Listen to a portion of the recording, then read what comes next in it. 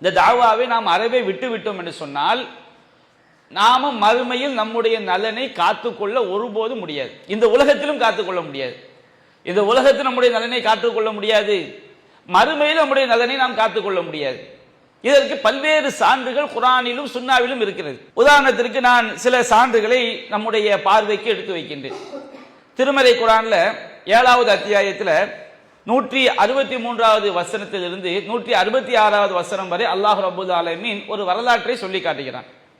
என்றைக்குமே திருமறை குர்ஆனுடைய வரலாறுகள் என்பது நாம் கதை கேட்டுவிட்டு செல்வதற்காக அல்ல, திருமறை குர்ஆனை படிப்பதற்கு சுவராசியமாக இருக்கும் என்பதற்காக அல்ல, அதில் உள்ள பாடங்களை படிப்பினைகளை நாம் பெற்று நம்முடைய வாழ்வை நாம் சீர்திருத்திக் கொள்வதற்காகத்தான். அல்லாஹ் ரப்பல் ஆலமீன் சொல்லி காட்டுகின்றான், வஸ்அலுஹும் அன் கரியத்தில்லதி கானத் ஹாதிரத்துல் பஹர். நபியே, கடற்கரை ஓரமாக வாழ்ந்து கொண்டிருந்தார்களே அந்த ஊரை பற்றி, அந்த கிராமத்தை பற்றி அவர்களிடம் கேட்பீராக. மக்காவாசிகள், ஏன்னா அவங்களுக்கு தெரியும் அந்த கடற்கரை ஓரம் வாழ்ந்த கிராமத்தை பற்றி அந்த மக்களுக்கு தெரியும். அந்த நபிகள் நாயகம் காலத்தில் வாழ்ந்த வேதக்காரர்களுக்கு தெரியும், அரபிகளுக்கு தெரியும்.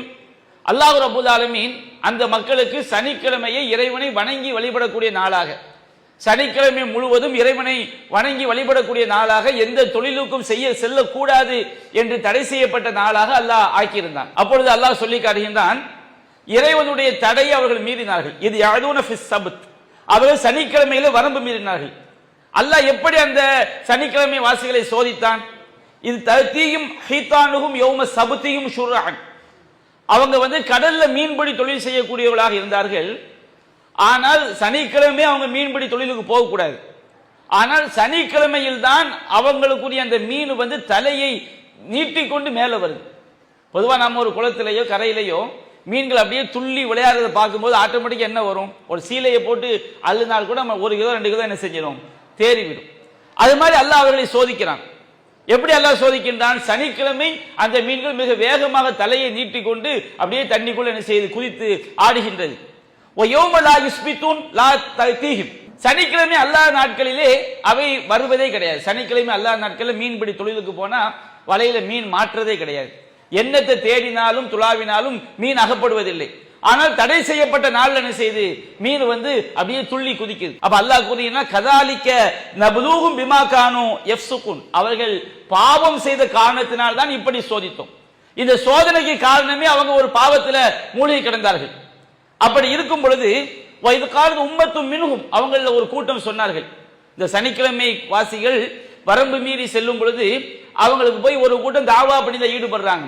மார்க்கத்தை எடுத்து சொல்கிறார்கள், இது பாவம், இது செய்யக்கூடாது, இது அநியாயம், அல்லாஹ்வுடைய வரம்பை மீறாதீர்கள், மீறினால் அது மிகப்பெரிய தண்டனை நமக்கு இறங்கிவிடும் என்று அவர்களுக்கு அறிவுரை சொல்கிறார்கள். இன்னொரு கூட்டம் என்ன செய்யறாங்கன்னா, இந்த தாவா பணியில் ஈடுபடக்கூடிய மக்களை பார்த்து, மார்க்கத்தை எடுத்து சொல்லக்கூடிய மக்களை பார்த்து, நன்மையை தீமையை தடுக்கக்கூடிய மக்களை பார்த்து, லிம தஅலூன கௌமன் வல்லாஹு முஹ்லிகுஹும் அவ் முஅذிபுஹும் அஸாபன் ஷதீதா, அல்லாஹ் எந்த கூட்டத்தை அழிக்க போகிறானோ அல்லது எவர்களுக்கு மிகப்பெரிய வேதனையால் அல்லாஹ் வேதனை செய்ய போகிறானோ அந்த கூட்டத்துக்கு நீங்கள் ஏன் போய் உபதேசம் செய்கிறீர்கள்?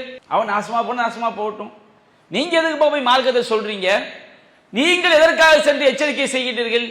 அப்பொழுது இந்த மக்கள் சொன்ன பதில் என்ன தெரியுமா? அந்த பதில் அவர்கள் சுயநலத்திற்காகத்தான் சொல்கிறார்கள். என்ன பதில் சொல்கிறார்கள்? காது மஅதிரத்தன் இலா ரப்பிக்கும், உங்கள் இறைவனிடம் நாளை தகுந்த காரணம் சொல்ல வேண்டும். நாம் சொல்லிவிட்டோம் என்று சொன்னால், மக்களுக்கு மார்க்கத்தை கொண்டு போய் சேர்த்து விட்டோம் என்று சொன்னால், நாளைக்கு அல்லாஹ்ட்ட போய் நாம தப்பிச்சுக்கலாம். நாம் தப்பிக்க வேண்டும் என்று சொன்னால், இந்த மார்க்கத்தை விளங்கிய ஒவ்வொருவரும் தப்பிக்க வேண்டும் என்று சொன்னால், இந்த மார்க்கத்தை சொல்ல வேண்டிய கடமை உங்களுக்கு இருக்கிறது. நன்மை ஏவி தீமையை தடுக்க வேண்டிய கடமை நமக்கு இருக்கிறது. அதை ஜமாத்தில் இருந்து கொண்டு செய்யும் பொழுது நமக்கு மிகப்பெரிய உதவியாக, மிக அதிக நன்மை கிடைக்கக்கூடியதாக, நமக்கு பல்வேறு சிரமங்களை குறைக்கக்கூடியதாக இருக்கும். அப்ப அவங்க சொன்னாங்க, மஅதிரத்தன் ஆரம்பிக்கும், உங்கள் இறைவனிடம் தகுந்த காரணம் சொல்ல வேண்டும். அல்லஹும் யத்தகுன், அல்லாஹ் தப்பு செய்யக்கூடிய மக்கள் நம்முடைய தாவாவினால் தவறிலிருந்து திருந்தி தங்களை தற்காத்துக் கொள்ளக்கூடும். இதற்காகத்தான் நாங்கள் இந்த தாவா பணியை, நன்மை ஏவி தீமையை தடுப்பதை எடுத்துச் சொல்கின்றோம். அப்ப அல்லாஹ் அந்த ஊர் 3 கூட்டமா பிரியுது. ஒரு கூட்டம் அநியாயம் செய்யக்கூடிய கூட்டம், இன்னொரு கூட்டம் அந்த அநியாயத்தை கண்டும் காணாமல் நமக்கென்ன என்று செல்லக்கூடிய சுயநல கூட்டம்.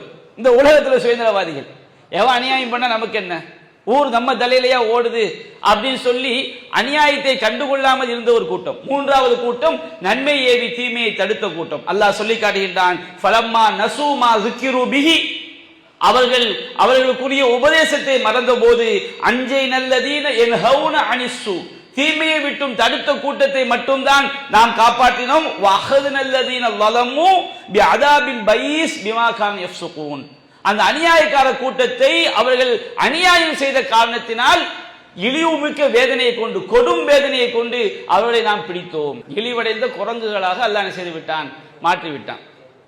ரொம்ப அல்லாஹ் குரங்குகளாக மாற்றினா அவங்களுக்கு சந்ததி கிடையாது, சந்ததி பெருக்கம் ஏற்படாது. அப்போ அவர்கள் சந்ததி பெருக்கம் இல்லாமலேயே மௌத்தாவர வரைக்கும் என்ன செஞ்சிருவாங்க, குரங்குகளாக வாழ்ந்து அழிந்து விடுவார்கள். அப்ப அல்லாஹ் ரப்புல் ஆலமீன் இந்த அத்தியாயத்திலே, இந்த வசனத்திலே நம்முடைய நலத்தை நாம் இம்மையிலும் மறுமையிலும் பாதுகாத்துக் கொள்ள வேண்டும் என்றால் நமக்கு எது அவசியம்? அப்போ அல்லாஹ் ரப்புல் ஆலமீன் இந்த உலகத்துடைய வேதனையிலிருந்து எந்த கூட்டத்தை அல்லாஹ் காப்பாற்றினான்?